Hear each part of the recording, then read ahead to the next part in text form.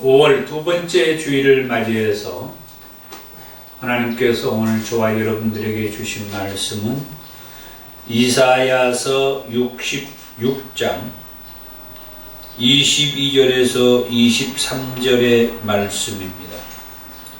내가 지을 새 하늘과 새 땅이 내 앞에 항상 있는 것 같이 너희 자손과 너희 이름이 항상 있으리라. 여호와의 말이니라. 여호와가 말하노라. 매월 초하루와 매 안식일의 모든 혈육이 내 앞에 나와 예배하리라. 아멘. 아멘. 오늘은 이사야서의 말씀을 통해서 하나님께서 우리에게 주신 그 메시지로 함께 은혜를 받기를 원합니다. 이사야서는 예언서 가운데 분량이 가장 많은 66장으로 되어 있습니다. 이사야는 남왕국 유다의 예언자로서 우시야 왕이 죽던 해에 예언자로 부름을 받아서 요담, 아하스, 히스기야, 므낫세 왕 때까지 선지자로 활동한 선지자입니다. 그러니까 BC 740년에서 680년경까지 약 60여 년 동안 선지자로 활동을 했다고 합니다. 이사야라는 말은 여호와께서 구원하신다라는 그런 뜻이라고 합니다. 다시 말하면은 이사야서의 큰 흐름의 메시지는 구원은 여호와만이 구원자이시다. 여호와만이 구원하신다. 여호와 외에, 하나님 외에 구원자는 없다. 하나님 외에 다른 신은 없다. 그게 이 이사야서의 큰 틀에서 핵심이 되는 메시지라고 볼 수가 있어요. 그래서 이사야의 그 이름이 가지고 있는 의미가 여호와께서 구원하신다, 그런 의미가 있다고 하는 거죠. 이사야 선지자가 활동하던 시기는 유다의 5명의 왕이, 이스라엘은 7명의 왕이 즉위하였습니다. 북왕국 이스라엘은 여로보암 2세가 죽은 후에 급속하게 쇠퇴하여 BC 722년에 아수르에 의해서 멸망을 당하고 말합니다. 그리고 남왕국 유다는 아하스 왕이 친아수르 정책을 펼치다가 나중엔 아수르의 속국으로 전락하고 말죠. 그러다가 바벨론의 공격을 받고 포로 생활을 하기에 이릅니다. 이러한 때에 이사야 선지자는 이스라엘의 구원은 죄 많고 연약한 사람들에 의해서 세워진 저 왕들로부터 이 이스라엘을 구원할 수 없다라고 생각하고,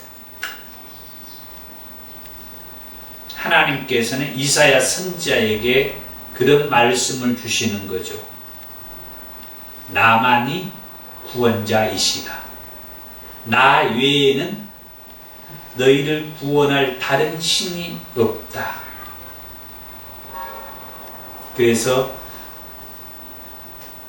다른 선지자들 통하여서도 말씀을 했다시피 내게로 돌아오라. 내게로 돌아오라. 너희들을 구원할 자는 나밖에 없다. 오직 여호와 하나님께서 이스라엘을 구원하실 것이라고 이사야에게, 이스라엘 백성들에게 이 말씀을 선포하라고 하는 것이 이사야서다 하는 말씀입니다. 세계를 지배하시며 역사를 주관하시는 하나님, 그분만이 풍전 등화와 같이 다 꺼져가는 등불처럼 힘이 없고 연약해진 이 이스라엘을 구원하실 수 있다라고 이사야 선지자에게 그 말씀을 선포하게 하셨다 이 말입니다. 이 일을 위하여 온갖 환난과 박해 속에서도 끝까지 남은 자와 같이 하나님께서 이런 상황 속에서도 끝까지 남겨놓은 그 백성들이 있었어요. 이런 상황 속에서도 끝까지 남은 자와 같이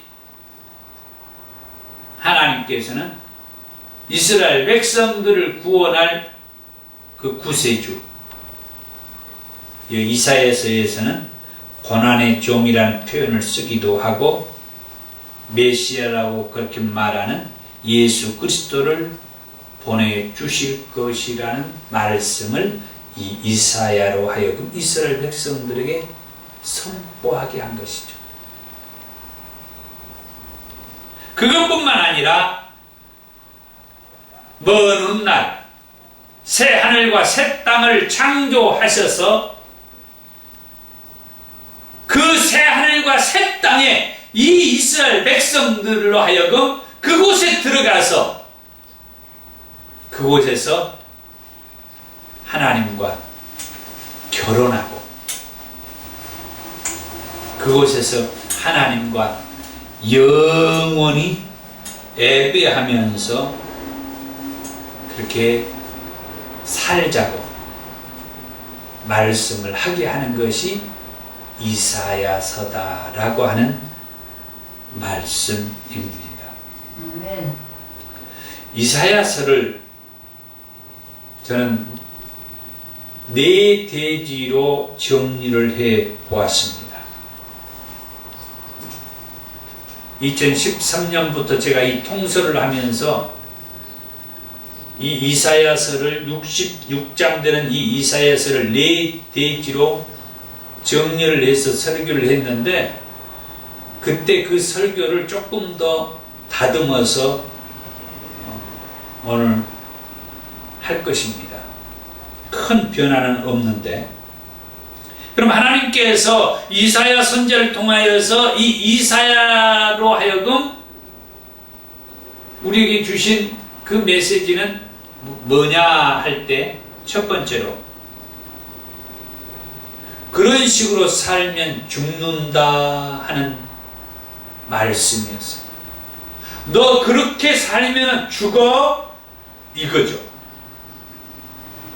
그렇게 하나님께서는 왕들을 통해서 또는 여러 선지자들을 통하여서 말씀을 주셨는데도 불구하고 이스라엘 백성들이 여전히 죄를 범하고 잘못된 삶을 살고 있는 거예요. 그때 이사야 선지자를 통하여서 주시는 말씀이 너희들 정말 그렇게 살 거야? 정말 그렇게 살면 죽는다? 멸망한다? 라는 말씀을 해 주셨다는 거예요. 그렇게 살면은 멸망한다라고 해서 그럼 그렇게 산다는 그것은 어떤 말씀이었는가? 이사야서 1장 3절의 말씀을 보면 소는 그 임자를 알고 나귀는 그 주인의 구유를 알건만은 이스라엘은 하나님을 알지 못하고 나의 백성은 깨닫지 못하는도다. 소나 나귀도 자기 주인을 아는데 이스라엘 백성들은 자기 하나님을 알지 못한다라고 그렇게 말하는 거예요. 이스라엘 백성들이 자기 하나님을 알지 못하는 그것 때문에 이스라엘 백성들은 멸망하게 될 것이다 라고 말씀합니다. 그 다음 이사야서 1장 4절의 말씀에 슬프다 그들이 여호와를 버리며 이스라엘의 거룩하신 일을 만홀히 여겨 멀리하고 물러갔도다. 이스라엘 백성들이 그렇게 살면 죽는다 말씀했던 것은 여호와를 버리는 것. 그래서 거룩하신 여호와를 만홀히 여기는 것. 그것 때문에 이스라엘 백성들은 멸망할 것이다, 죽을 것이다 말씀해 주신 것. 그 다음에 이사야서 1장 23절의 말씀에 내 고관들은 피역하며 도둑과 짝하며 다 뇌물을 사랑하며 애물을 구하며 고아를 위하여 신원하지 아니하며 가부의 송사를 수리하지 아니하는도다.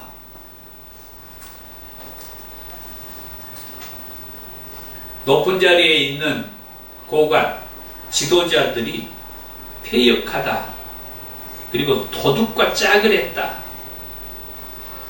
뇌물을 좋아한다. 그리고 자꾸 애물, 선물을 원한다. 그리고 반면에 고아와 가부들의 돌아보지 아니하고 그들의 억울함을 들어주지 아니하는 것, 그것 때문에 이 이스라엘은 멸망하게 될 것이다. 그 다음에 이사야서 10장 2절의 말씀에 가난한 자를 불공평하게 판결하여 가난한 내 백성의 권리를 박탈하며 가부에게 토색하고 고아의 것을 약탈하는 자는 화 있을진저. 가난한 자들을 불공평하게 판결. 그러니까 이 고관들이 뇌물을 좋아하고 도둑과 짝하고 패역하고 이런 생활을 하면서 없는 사람들, 가난한 사람들을 그냥 돌아보지 않는 거죠. 고아와 가부를 신원하지 아니하고 그들의 송사를 수리하지 아니했다라고 말했던 것처럼 이 사회가 완전히 삐뚤어진 사회가 되어버렸다 이 말이에요. 정의와 공의가 물 건너 가 버렸다 이 말이죠.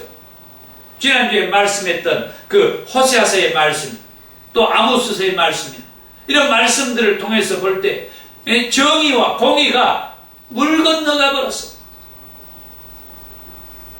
여전히 이사야 선지자도 그 아모스나 호세아나 요나나 같은 그 시대에 활동했던 선지자였기 때문에 그 당시의 그 상황을 하나님께서는 이사야에게는 또 이렇게 말씀을 하셨다라고 말을 할 수가 있죠. 그 다음 이사야서 31장 1절의 말씀에 이 백성들이 도움을 구하러 애굽으로 내려갔다라는 말씀이 있어요. 그들은 애굽의 말과 병거와 마병을 의지하고 이스라엘의 거룩하신 이 하나님을 앙모하지 아니하며 여호와를 구하지 아니했다는 말씀을 해주신 것을 볼 수가 있죠. 당시 애굽은 힘도 있었고 먹을 것도 풍부했습니다. 그래서 이스라엘 백성들이 애굽을 의지하고 기댈 만한 곳이라고 생각했던 것이죠. 그러나 이사야 선지자가 이사야서 31장 3절에서 말했던 것처럼 애굽은 사람이요 신이 아니라 했어요. 여호와께서 손을 펴시면 돕는 자도 넘어지며 도움을 받는 자도 엎드러져서 다 함께 멸망하게 될 것이다 라고 말씀한 것을 우리는 기억해야 돼요. 도움을 누구에게 구해야 하는가? 아무 힘이 없는 그런 우리하고 똑같은 사람이 애굽에게 도움을 구하러 간 이스라엘 백성들에게 이사야 선지자를 통하여서 말씀하는 거예요. 애굽은 사람이요 신이 아니다. 그러나 나는 유일하게 이스라엘을 구원해 줄 여호와 하나님이며 신이다. 나 외에 다른 신이 없다. 라고 이사야를 통하여서 이스라엘 백성들에게 말씀을 해 주신 거예요. 그래서 도움을 받을 수 없는 애굽으로 도움을 구하러 간 그 이스라엘 백성들은 멸망하게 될 것이다. 하나님을 찾지 않고 이사야서 3장 1절에서 3절의 말씀에서는 여호와께서 예루살렘과 유다가 의뢰하며 의지하는 것을 제거해버리겠다. 방금 전에 이사야서 31장에서 애굽이랬다. 이스라엘 백성들이 애굽의 도움을 구하러 내려간다고 그랬죠. 애굽의 말과 병거와 마병을 의지해서 이스라엘 백성들이 애굽의 도움을 구하러 갔다. 그러니까 이사야서 3장 1절에서 3절에 하나님께서 말해 예루살렘과 유다가 의뢰하며 의지하는 것을 하나님께서 다 제거해버리겠다. 아까 이사야서 31장 3절에서도 도움을 받는 자나 돕는 자를 하나님께서 다 함께 멸망시켜 버릴 것이다 말씀했죠. 그러니까 이스라엘 백성들이 도움을 구하러 가는 애굽이나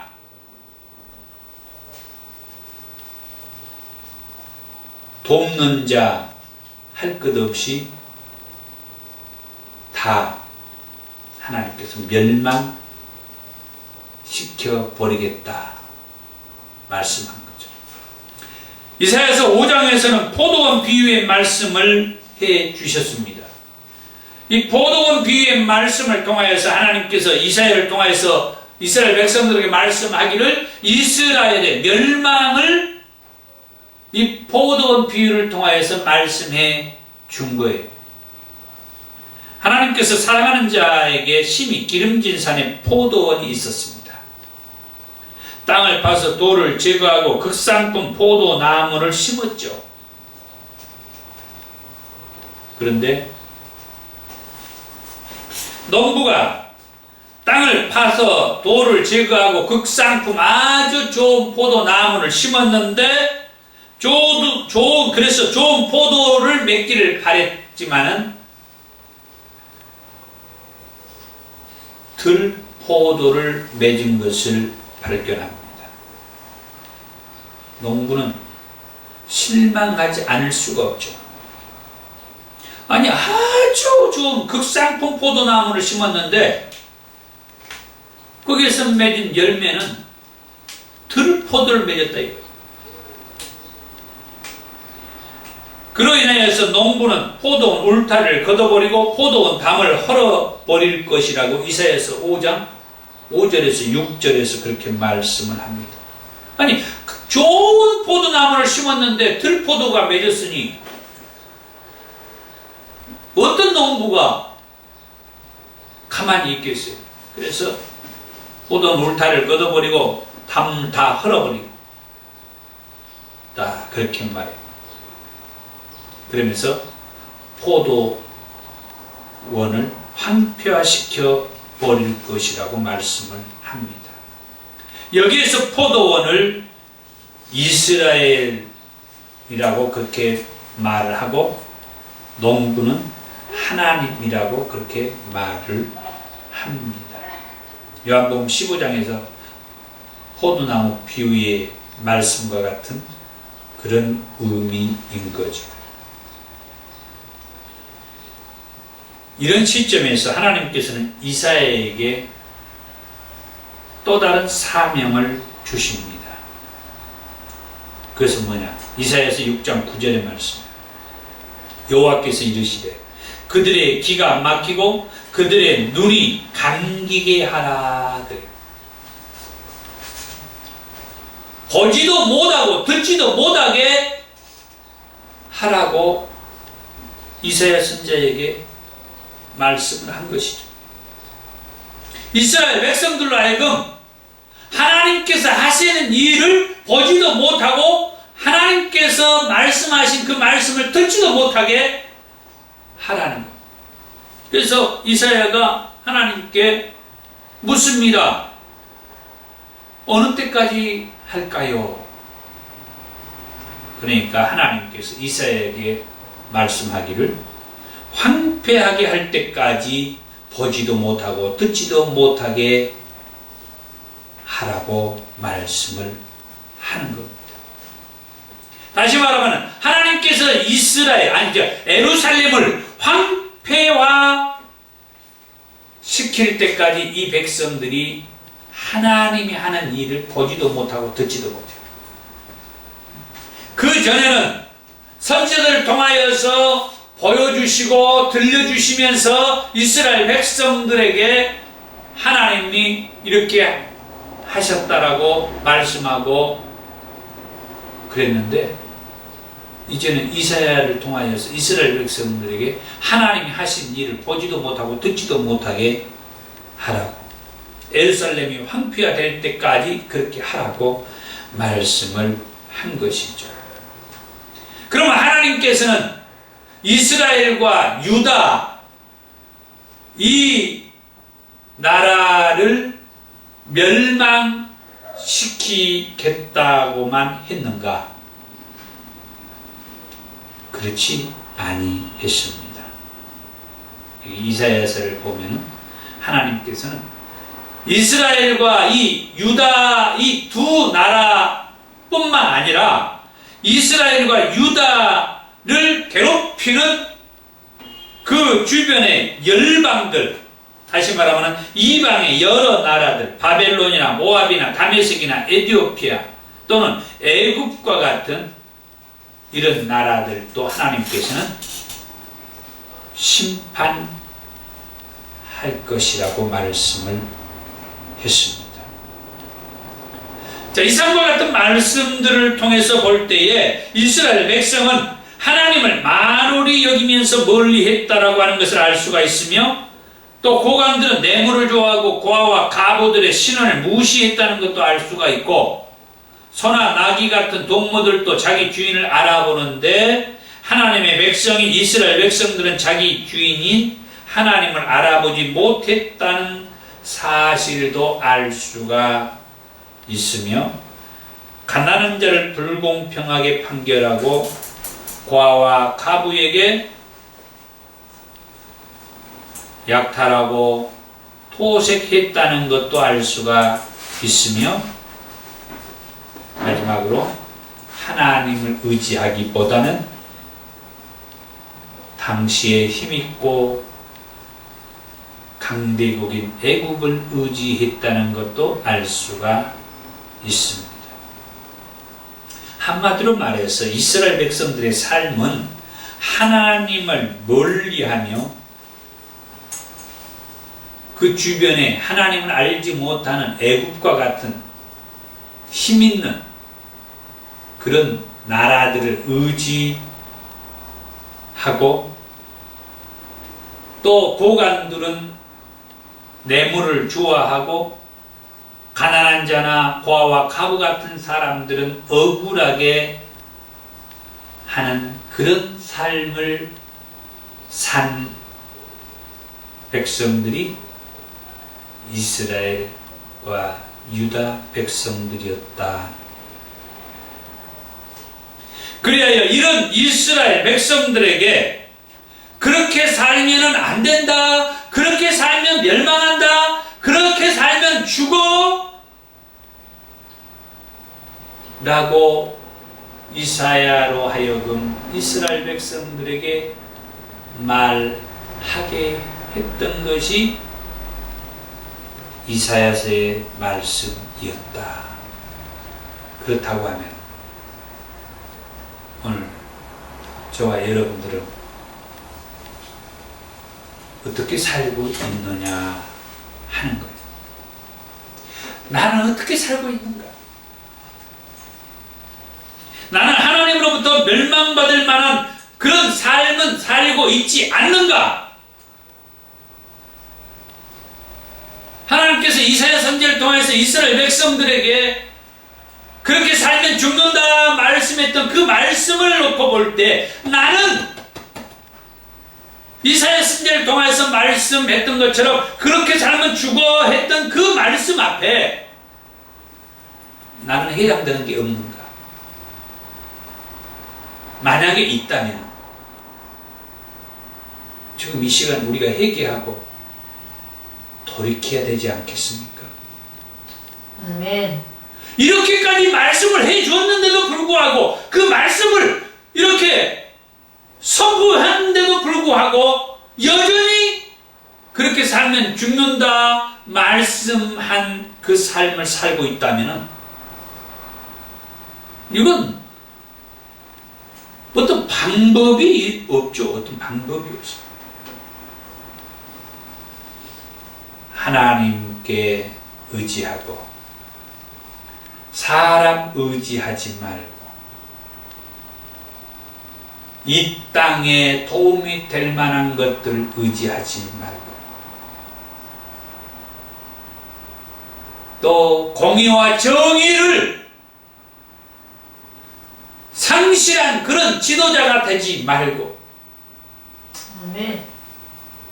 가난하고 얼벗고 굶주리고 없이 사는 고아와 가부 같은 사람들의 그 억울한 것들을 들어 판결해 줄 수 있는 그런 지도자, 하나님이 원하는 지도자입니다.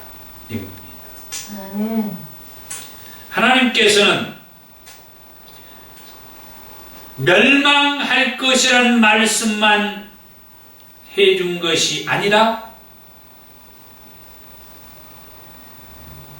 회복하고 치유하고 세워주시겠다는 말씀도 해 주셨다고 하는 거예요. 두 번째입니다.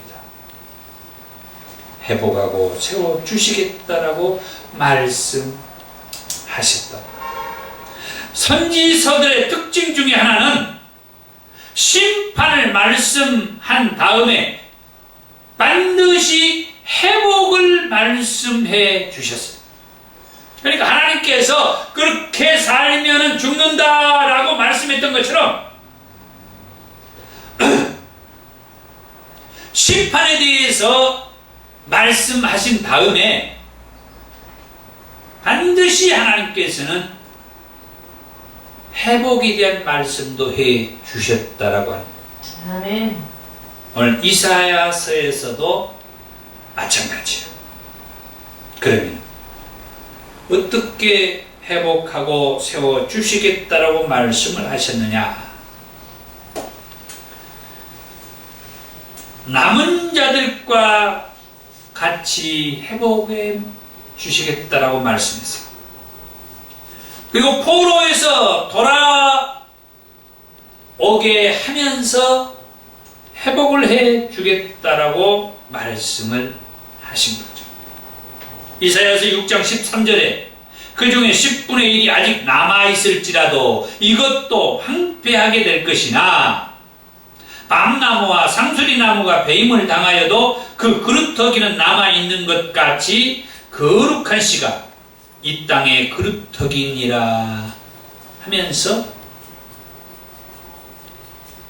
그루터기와 같이 남아있는 그 백성들의 말씀을 통하여서 이스라엘 백성들에게 이렇게 남아있듯이 너희들 가운데에서도 그 남아있는 자와 같이 내가 회복해 주겠다.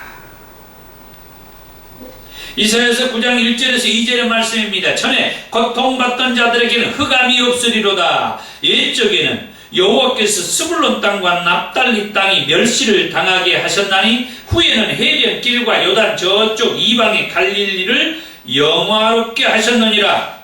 흑암에 행하던 백성이 큰 빛을 보고 사망의 그늘진 땅에 거주하던 자에게 빛이 비치도다. 아멘. 예수 그리스도를 보내주시겠다라고 하는 말씀의 내용인데, 그 말씀이 흑암에 행하던 그 백성들에게 큰 빛이 비친다. 흑암에 행하던 백성들은 지금 하나님의 말씀을 이렇게 전하는데도 불구하고 그렇게 살면 죽는다는 말씀을 들어도 여전히 하나님께로 돌아오지 아니하고 죽는 길로 가고 있는 그 백성들, 그들의 삶이 흑암에서 행하고 있는 백성들의 삶이다. 어두운 곳에서 살고 있는 백성들의 삶. 그래서 하나님께서는 그 어두운 곳에 살고 있는 그 백성들에게 큰 빛을 비춰주시고 큰 빛을 보내주시는데, 바로 그 큰 빛이 요한복음 1장에서 말씀할 때, 그리고 마태복음 2장에서 말씀할 때 예수 그리스도가 그 빛이시라고 말씀을 해 주셨다라고 합니다. 그러니까 예수 그리스도를 통하여서 이 이스라엘 백성들이 다시 회복할 거에 대한 말씀이에요. 이 얘기는 이 다음에 다시 한 번 더 할 겁니다. 그 다음에 이사야서 10장 20절에서 21절의 말씀에 그날에 이스라엘의 남은 자와 야곱 족속에 피난한 자들이 이스라엘의 거룩하신 이 여호와를 진실하게 의지하리니 남은 자 곧 야곱의 남은 자가 능하신 여호와께로 돌아올 것이라. 결국은 이스라엘의 남은 자와 야곱 족속에 피난한 자들이 하나님 앞으로 돌아오게 될 것이라고 하면서 이 백성들을 회복하고 세워주시겠다라고 하는 그런 말씀을 해준 거죠. 이사야서 11장 10절의 말씀에 또다시 예수님에 대한 말씀이 나옵니다. 그날에 이새의 뿌리에서 한 싹이 나서, 이새의 뿌리에서 한 싹이 난다는 것이 예수님의 탄생을 얘기하죠. 만민의 기치로 설 것이요 열방이 그에게로 돌아오리니 그가 거한 곳이 영화로우리라. 흑암에서 행하던 백성들에게 큰 빛이 비치는데, 예수님의 탄생으로 인하여서 열방에 흩어져 있었던 이 백성들이 다시 돌아오게 될 것이다 말씀을 해주면서 회복하고 이 백성들을 세워주실 것에 대한 말씀을 해주신 거죠. 이사야서 11장 16절의 말씀에 그의 남아있는 백성 곧 아수리에서 남은 자들을 위하여 큰 길이 있게 하시되 이스라엘이 애굽 땅에서 나오던 날과 같게 하시리라. 이스라엘 백성들이 애굽에서 나올 때와 같이 해주겠다. 이스라엘 백성들이 애굽에서 나올 때 어땠어요? 먼저 홍해를 건너는 일이 있었죠.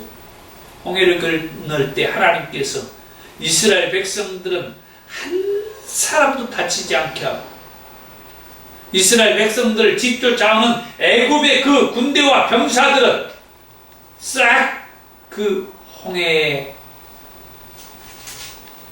잠겨서 죽게 하신 하나님. 이스라엘 백성들을 구원해 주신 하나님. 그리고 광야에서 40년 동안 생활을 할 때에 그 신발 하나도 닳지 아니하도록 하나님께서 지켜주시고, 먹을 것 없고 마실 것 없는 그 광야에서 먹을 것을 내려주시고 마실 물을 반석을 통하여서 쏟아져 나오게 해 주신 하나님. 바로 그런 하나님의 모습을 연상하게 하는 것이 앗수리에서 남은 자들이 큰 길을 통하여서, 큰 길, 구원의 길을 말해요. 이 구원의 길은 예수 그리스도를 통하여서 예수 그리스도를 믿음으로 죄에서 사함받고 구원받게 하는 그런 구원의 길도 말씀하고 있는 거예요. 이사야서 27장 13절에 그날에 큰 나팔을 불리니 아수르 땅에서 멸망하는 자들과 애굽 땅에서 쫓겨난 자들이 돌아와서 예루살렘 성산에서 여호와께 예배하리라. 아멘. 이처럼 하나님은 이스라엘 백성들의 멸망만을 말한 것이 아니라 회복하고 세워주시겠다는 말씀도 이사야를 통하여서 말씀해 주셨다고 하는 것입니다. 아수르 땅에서 멸망하는 자들과 애굽 땅으로 쫓겨난 자들이 돌아와서 예루살렘 성산에서 여호와께 예배하리라. 예루살렘 성산에서 하나님을 예배하는 그것이 진정으로 이 백성들이 회복하고 세워지는 모습이라고 말씀하는 거예요. 하나님을 예배하는 것, 이것이 진정으로 회복하고 세워지는 삶이다, 이 말씀. 아멘. 이를 위해서 하나님께서는 이스라엘 백성들을 회복하고 세워주시겠다라고 말씀을 했는데, 그 회복을 저는 세 단계로 구분을 해보았는데, 첫 번째 단계는 이스라엘 백성들이 사마리아와 예루살렘이 함락됨으로 인하여서 포로로 끌려가게 되고, 그 포로로 끌려가는 데에서 다시 이 예루살렘으로 돌아와서 하나님을 예배하도록 회복되는 것을 저는 1차 회복이라고 그렇게 말을 합니다. 그 다음에 2차 회복은 하나님께서 동정녀 몸을 통해 이 땅에 오신 예수님의 탄생을 통하여, 다시 말하면 우리들의 말하는 성탄을 통하여 온 인류에게 큰 빛을 비춰주셨다라고 말씀했던 것처럼 예수님의 탄생이 2차 회복이라고 그렇게 말하고 싶습니다. 그리고 마지막으로 3차 회복은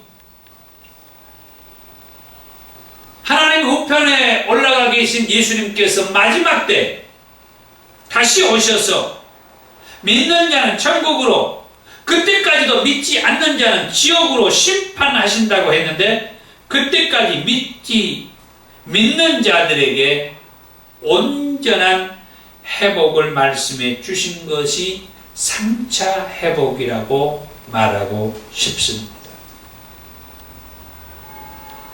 이와 같이 1차 회복을 통해서 2차 회복인 메시아 신앙을 갖게 했으며, 2차 회복을 경험하는 자만이 3차 회복인 온전한 회복을 누릴 수가 있게 하셨다는 말씀입니다.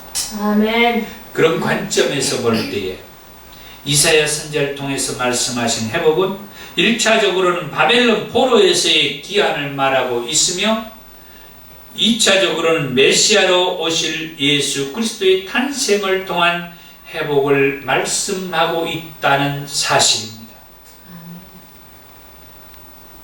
하나님은 이스라엘의 회복과 세우심을 위해서 다윗의 후손인 예수 그리스도를 보내주시겠다고 약속하셨습니다. 예수 그리스도는 평강의 왕으로 오실 것이라고 했으며 2000년 전에 평강의 왕으로 오셨다고 누가복음 2장 10절에서 14절의 말씀을 합니다. 그리고 이사야서 51장 11절에는 이런 말씀도 있습니다. 여호와께 구속받은 자들이 돌아와 노래하며 시온으로 돌아오니 영원한 기쁨이 그들의 머리 위에 있고 즐거움과 기쁨을 얻으리니 슬픔과 탄식이 달아나리라. 이와 같이 하나님께서 약속하신 회복은 기쁨과 즐거움이 있을 것이라고 하였습니다. 반대로 슬픔과 탄식은 감쪽같이 사라질 것이라고 하였습니다.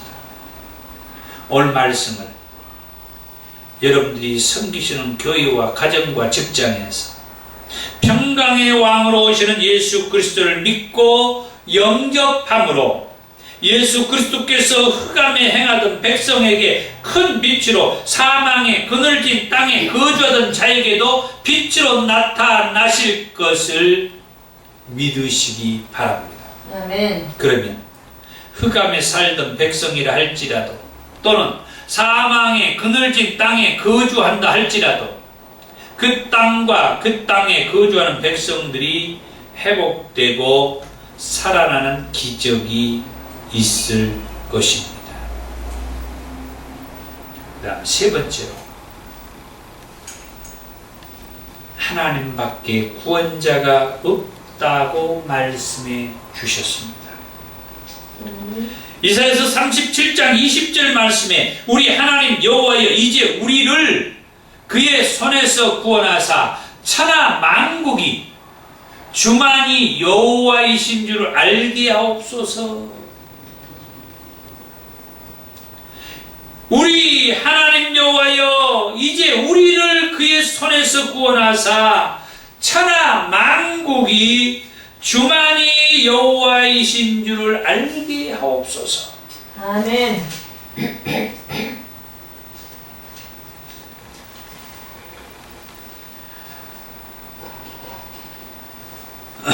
열왕기 하서의 그 말씀을 보면은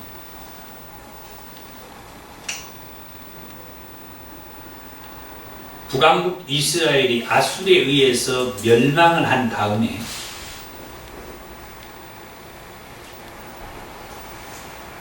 아술의 왕이 자기 종들을 남왕국 유다에 보냈어요. 남왕국 유다의 왕은 히스기야 왕이었어요. 히스기야 왕에게 납사계를 보내서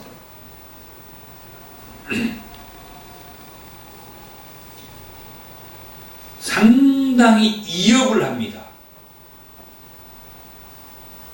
그때 이사야 선지자가 잠깐 열왕기 하서에 나타나서 히스기야 왕에게 하나님의 말씀을 주는데 여기 이사야서에도 이사야서 37장에 그 말씀이 있어요. 이사야 선지자가 히스기야 왕에게 그렇게 말합니다.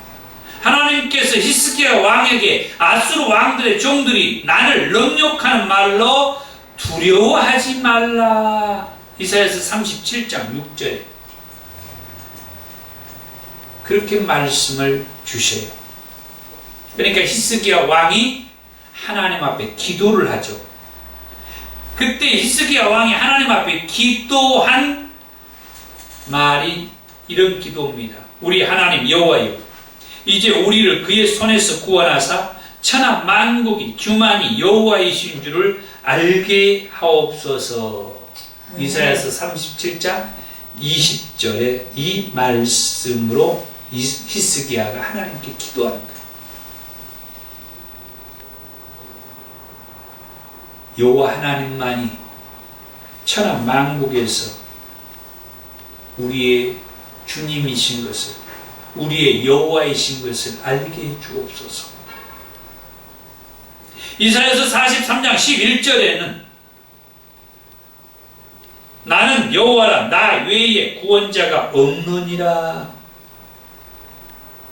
이 말씀 이사야서 43장 10절에서 나 여호와가 말하노라, 너희는 나의 증인 나의 종으로 택함을 입었나니 이는 너희가 나를 알고 믿으며 내가 그인 줄 깨닫게 하려 함이라. 나의 전에 지음을 받은 신이 없었느니라 하면서 나의 후에도 없으리라.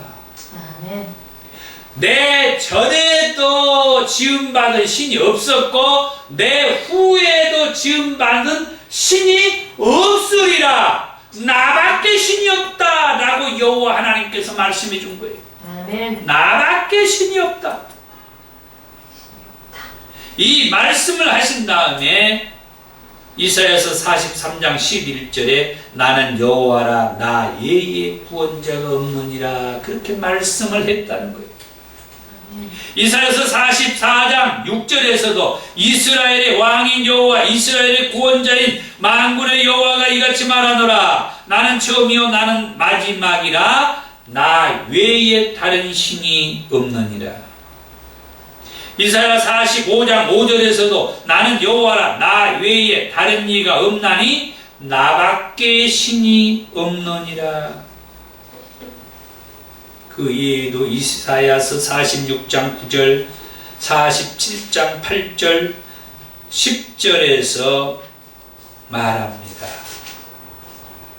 나 외에 다른 이가 없다. 나밖에 구원자가 없다. 나밖에 신이 없다.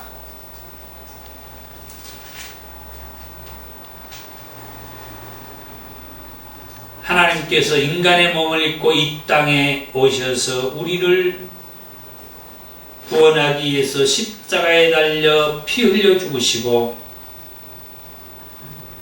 장사 지낸 바 되셨다가 무덤 속에서 살아나셔서 하나님 우편에 올라가 계신 예수님을 가리켜서 말하기를 사도행전 4장 12절에서 다른 이로서는 구원을 받을 수 없나니 천하 사람 중에 구원을 받을 다른 이름을 우리에게 주신 일이 없다라고 말씀했어요.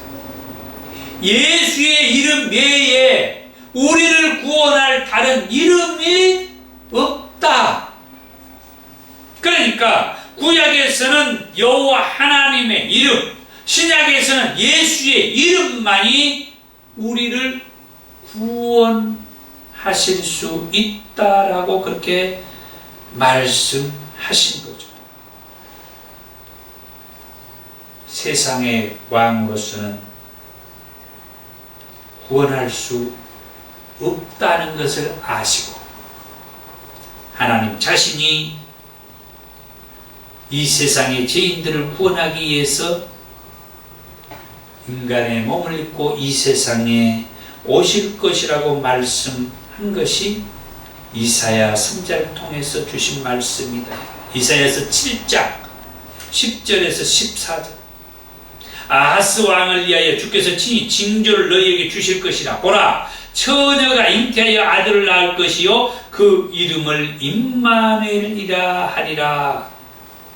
이사야서 9장 2절에서도 예수의 탄생이 흑암에 거하던 백성에게 큰 빛을 비춰주는 일이라고 말씀을 했으며 이사야서 9장 6절에서도 그의 이름은 기묘자라, 모사라, 전능하신 하나님이라, 영존하신 아버지라, 평강의 왕이라 할 것이라 하면서 그분이 하나님이시며 그분이 예수님이시라고 말씀을 하죠.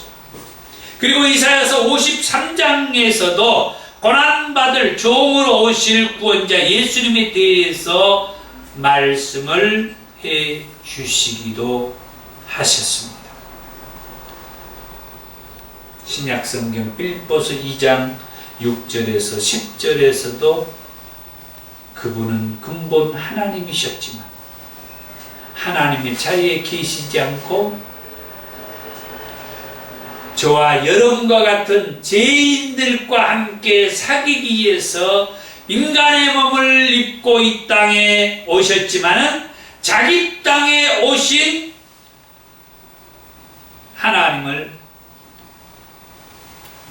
자기 백성들이 알아보지 못하고 십자가에 못 박아 죽여버렸다고 했습니다.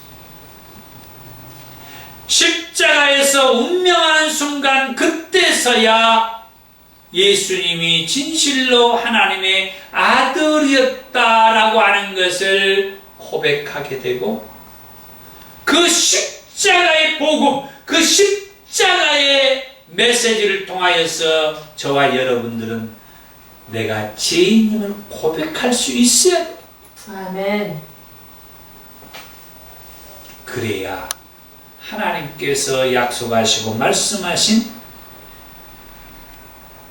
인류의 회복과 세워주신 일을 우리가 보게 되는 거죠.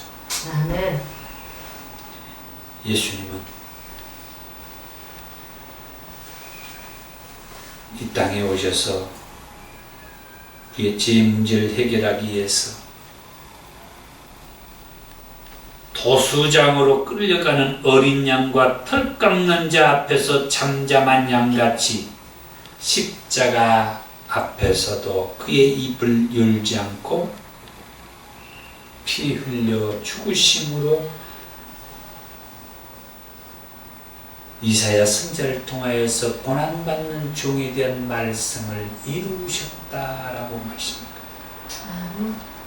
하나님밖에 우리의 구원자가 없음을 알고 우리를 구원해 주신 하나님을 예배하며 살도록 이사야 선지자를 통하여서 말씀해 주신 것이 세 번째 말씀.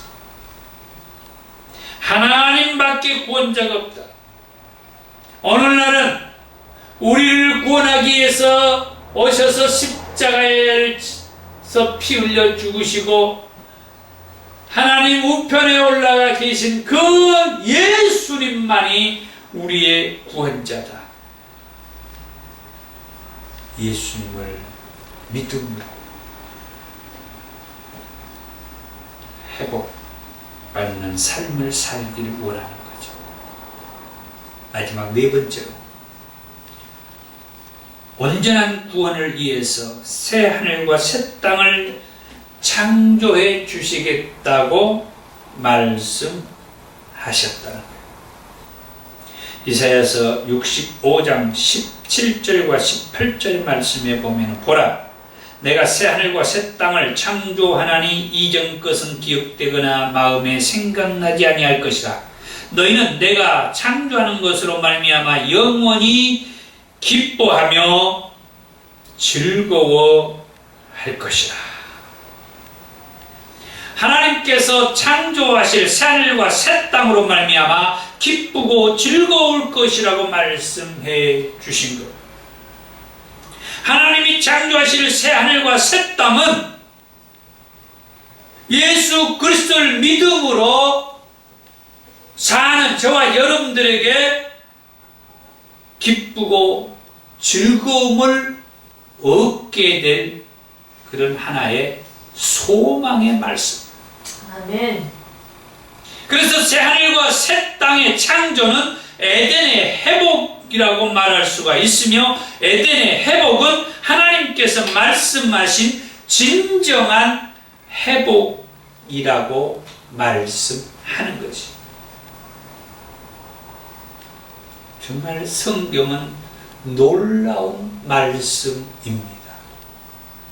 천지를 창조하시고 에덴 동산을 거닐게 하시면서 그곳에서 거닐던 아담과 하와가 하나님의 말씀을 불순종함으로 에덴 동산에서 쫓겨나고 에덴 동산이 파괴되는데 성경 마지막에 가면은 새하늘과 새 땅을 창조하셔서 다시 에덴을 회복하시겠다라고 말씀하는 것이 성경 말씀이라고 하는 것입니다. 아멘. 이사야 선지자는 이 온전한 구원을 위해서 요한계시록에서 사도 요한이 말씀하셨던 새하늘과 새 땅에 관한 말씀도 해 주셨다. 온전한 구원을 위해서. 저와 여러분들은 지금 구원 받았습니다. 그러나 온전한 구원을 위해서는 아직까지 시간이 필요합니다.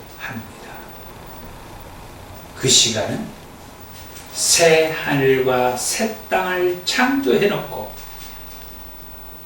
구원자 되시는 예수님께서 오셔서 우리를 데리고 가실 때 그 온전한 구원이 이루어지게 되기 때문입니다. 아멘. 요한계시록 21장 1절에 또 내가 새 하늘과 새 땅을 보니 처음 하늘과 처음 땅이 없어졌고 바다도 다시 있지 않더라. 이 말씀에서 사도 요한은 새 하늘과 새 땅을 보았다라고 그렇게 말을 하죠.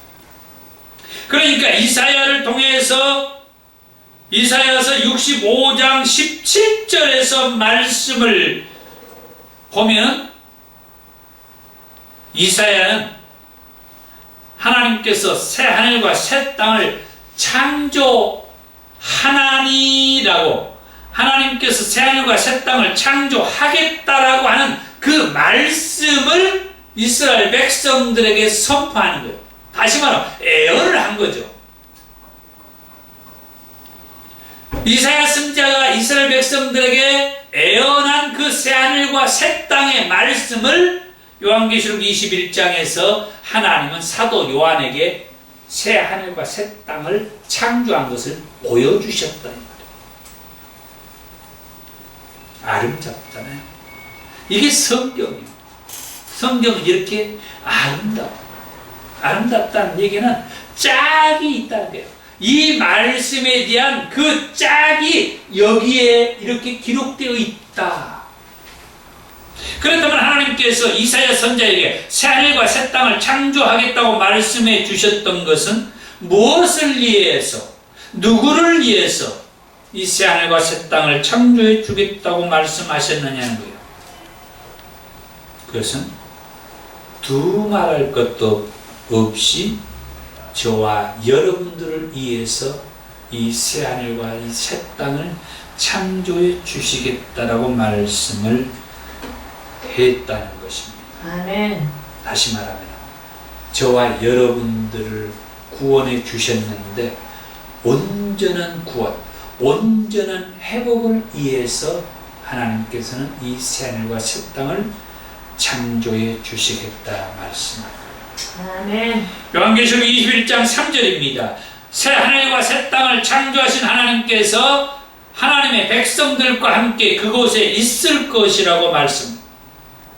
그리고 하나님께서 자기 백성들의 모든 눈물을 그 눈에서 닦아 주실 것이라고 했으며 다시는 사망이 없고 애통하는 것이나 곡하는 것이나 아픈 것이 있지 않을 것이라고 말씀을 해 주십니다.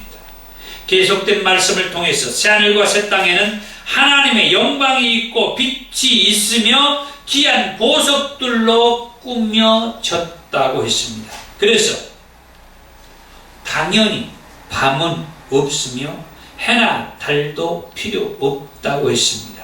왜냐하면 하나님의 영광이 비치고 있기 때문이며 어린 양이 등불리기 때문이라고 했습니다.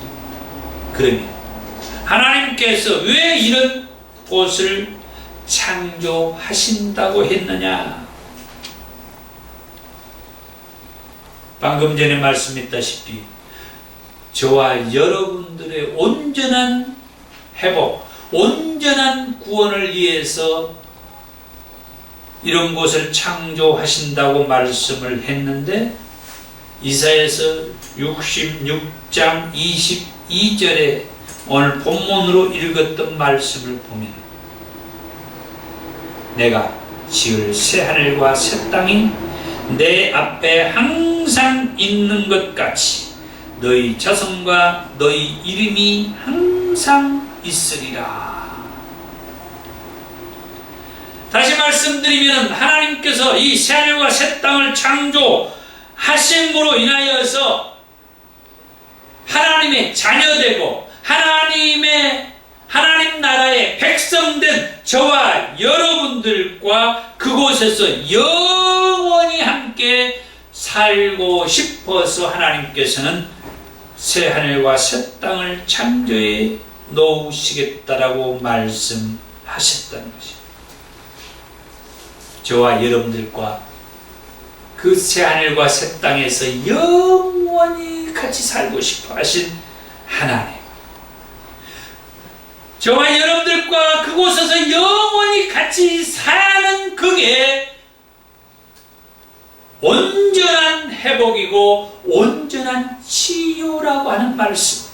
아멘. 요한계시록 20장 12절의 말씀에 보면 예수님의 심판대 앞에 책들이 있는데, 그 책 중에 생명책에 기록된 자들만이 새 하늘과 새 땅에 들어갈 수 있다고 했습니다. 이 생명책에 기록된 자만이 새 하늘과 새 땅에 들어갈 수 있다고 했는데, 어떤 사람들이 이 생명책에 기록이 되느냐? 예수님을 믿는 자들만이 이 생명책에 기록된다고 했습니다. 그러니까 자신들의 죄를 대신해서 십자가에 못 박히시다가 피 흘려 죽으시고 3일 만에 무덤에서 살아나셔서 지금 하나님 우편에 계시는 그 예수님을 믿는 자만이 생명책에 기록된다. 아멘. 이사야서 43장 18절에 너희는 이전 일을 기억하지 말며 옛날 일을 생각하지 말라. 보라, 내가 새 일을 행하리라. 이제 나타낼 것이라. 새 일을 하시겠다. 이사야서 55장 6절에서 7절에 너희는 여호와를 만날 만한 때에 찾으라. 가까이 계실 때에 그를 부르라. 악인은 그 길을 불의한 자는 그 생각을 버리고 여호와께로 돌아오라. 그리하면 그가 긍휼히 여기시리라. 그가 너그럽게 용서하시리라. 이제 말씀을 정리하겠습니다. 이스라엘의 구원은 하나님께서 기름 부어 세운 연약한 인간 왕들로 이스라엘을 구원할 수 없다는 것을 하나님은 처음부터 알고 계셨습니다. 그래서 하나님 자신이 이스라엘 백성들에게 왕으로 계셨지만 이스라엘 백성들은 그것을 알지 못하고 사무엘에게 우리도 왕을 세워달라 요구하게 되죠. 어쩔 수 없이 백성들이 원하는 그들의 왕을 세우는데 사울을 왕으로 세우고 다윗을 왕으로 세우고 솔로몬을 왕으로 세우고 르호보암, 여로보암을 왕으로 세우면서 두 왕국으로 계속해서 나뉘어져 가지고 왕들이 세워지는데 그들은 하나님을 멀리하게 된 것을 성경은 얘기합니다. 그래서 하나님께서 자기 자신이 직접 이 땅에 이 백성들을 죄에서 건져 주시기 위해서 구원해 주시기 위해서 인간의 몸을 입고 오시겠다라고 하는 말씀을 이사야를 통하여서 말씀해 주셨다라고 합니다. 그것을 위해서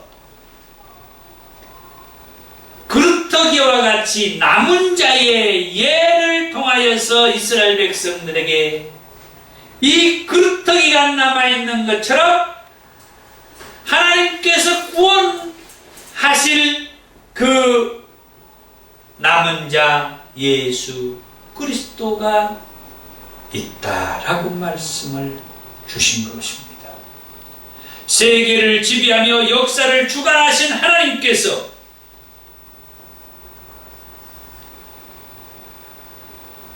이 이스라엘과 유다가 금방 꺼져버릴 것과 같은 풍전 등화와 같은 그런 등불과 같이 위기에 직면해 있는 이 백성들을 구원하기 위해서 예수 그리스도를 보내주시겠다고 말씀한 것이죠. 그래서 구원자 되신 하나님 앞으로 돌아오라고 말씀한 거예요. 예수님 앞으로 오라는 거예요. 예수를 믿으라고 그렇게 말씀한 거예요. 그것은 곧 하나님을 예비하며 살라는 말씀이었으며 하나님을 예비하며 사는 길만이 하나님께서 이사야 선지자를 통해서 말하고자 했던 핵심이 되는 말씀이라는 거예요. 아멘. 이 시점에서 오늘 본문의 말씀을 한번 읽어보겠습니다. 내가 지을 새하늘과 새 땅이 내 앞에 항상 있는 것 같이 너희 자손과 너희 이름이 항상 있으리라. 아멘. 너희 자손과 너희 이름이 항상 있을 것이다. 아멘. 하나님께서 창조하신 새하늘과 새 땅에서 너희 자손과 너희의 이름이 항상 있을 것이다. 여호와의 말이니라. 하나님의 말이라고 그랬어. 여호와가 말하노라. 매월 초하루와 매 안식일에 모든 혈육이 내 앞에 나와 예배하리라. 아멘. 하나님을 예배하게 될 것이다. 이것이야말로 하나님께서 말씀하신 진정한 회복이라고 하는 말씀. 새하늘과 새 땅에 들어가서 하나님과 늘 함께하기 전까지 지금 우리가 드리고 있는 지금 이런 예배는 솔직히 온전한 예배라고 말할 수가 없다 이 말이에요. 예배를 드리다가도 부족한 게 많고 그래요. 그리하여 새 하늘과 새 땅에서 영원히 하나님과 예배하는 그날을 소망하며 사모하면서 그날까지 예배자로 승리하는 저와 여러분이 되기를 원합니다. 아멘. 기도하겠습니다.